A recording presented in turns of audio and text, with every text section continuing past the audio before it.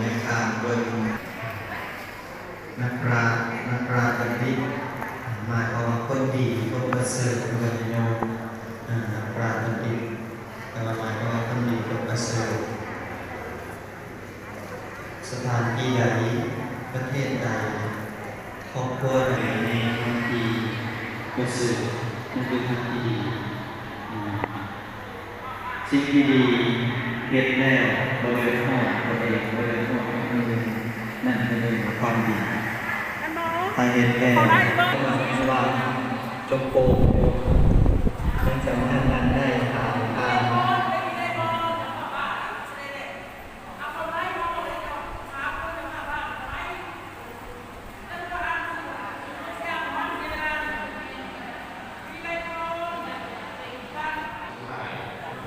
ที่ได้รับการสังหารจากผู้อยากตายไป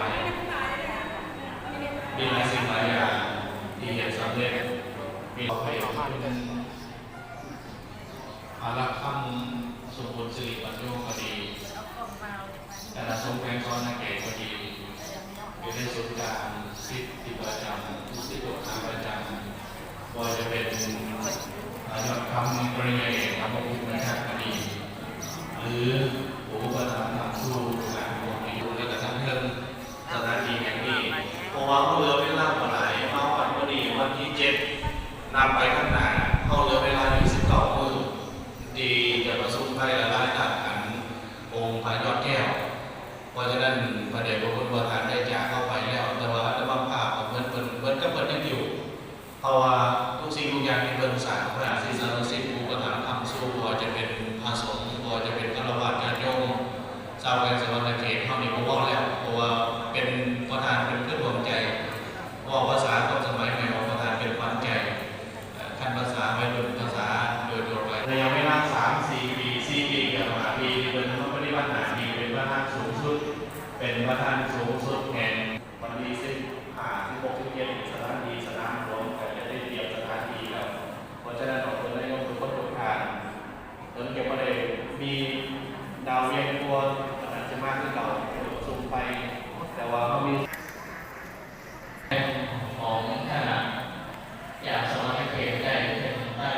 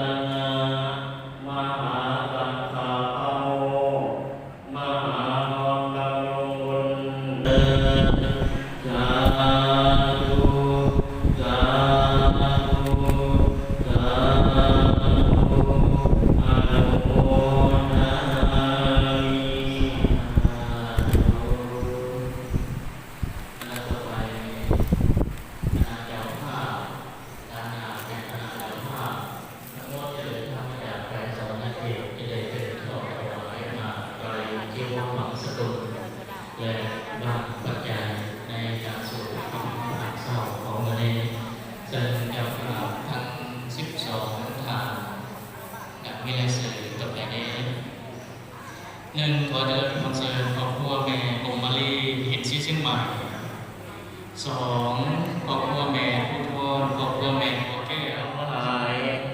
แก่ญาติทั้งหลายตลอดกาลนานเทินอีกประการแก้วมหาสังฆาจุลมาธิบดีรัตนามหาสังฆาภโมมหาทองดำรงบุญเดินสาธุสาธุสาธุอนุโมทนามิแล้วต่อไปคณะเจ้าภาพการงานแห่งคณะเจ้าภาพทั้งหมดจะเดินทางมาจากแขวงสวรรณเขตจะได้เป็นข้อถวายมาไกลที่วัดหนองสตุลและบางปัจจัยในการสวดพระพุทธมนต์เศร้าของวันนี้เชิญเจ้าภาพทั้ง12ท่านจากวิเลศต่อไปนี้1ขอเดินคอนเสิร์ตครอบครัวแม่กงมาลีเห็นชื่อเชียงใหม่2ครอบครัวแม่ผู้ทวนครอบครัวแม่ผู้แก้ว โยอานันตระปัจเจโยสัพพนังตระปัจเจโยสัพพเจโยปัญญาปัญญาปัจเจโยนิสยปัจเจโยอุปนิสยปัจเจโยอุเรชาปัจเจโยปัสสะจาปัจเจโย ปัจเจโยกัมมปัจเจโยปัจเจโยอาหารปัจเจโยอินทริยปัจเจโยญาณปัจเจโยอาสาปัจเจโยกัมปโยกัปปัจเจโย